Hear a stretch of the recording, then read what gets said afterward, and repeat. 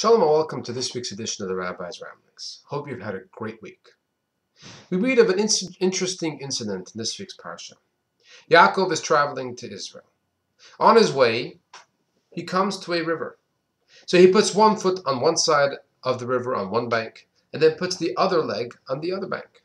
And he transfers his family and his belongings. After completing this process, he's about to continue his journey when he remembers that he has forgotten a few small pitchers on the other side of the river. So he turns back, and when going back for these pitchers is when he encounters the ministering angel of Esav, his twin brother, and they have their historic battle.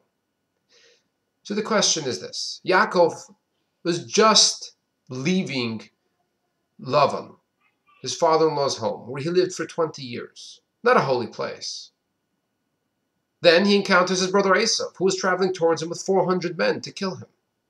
He's finally free to go to Israel, to the Holy Land, yet what is he concerned for? He turns back for some small pitchers. Why? What is the significance of this? What lesson can we take from it? So the answer is as follows. That in life, we can approach things two ways. We can think big picture, we can be a big visionary, or we can pay attention to the small nitty-gritty details. How am I going to get there? What am I going to do right now for that? Or in the sense of our relationship with Hashem. We can say that the focus is spiritual ecstasy. I need to pay attention to my love and fear of Hashem. It's all about the big ideas, the creator of the world, all the good that he has done for me, and so on and so forth. The problem is that if we focus only on that, that's all about me. That's my love, my fear of Hashem. There's only one way we can make the relationship more about Hashem than about us, and that is if we listen to the requests that he has made of us, otherwise known as the 613 commandments, the mitzvot. That is Hashem telling us, yes, I understand and I appreciate your love and fear of me. Now prove it. Go ahead and act on that by listening and hearkening to the request that I'm making of you.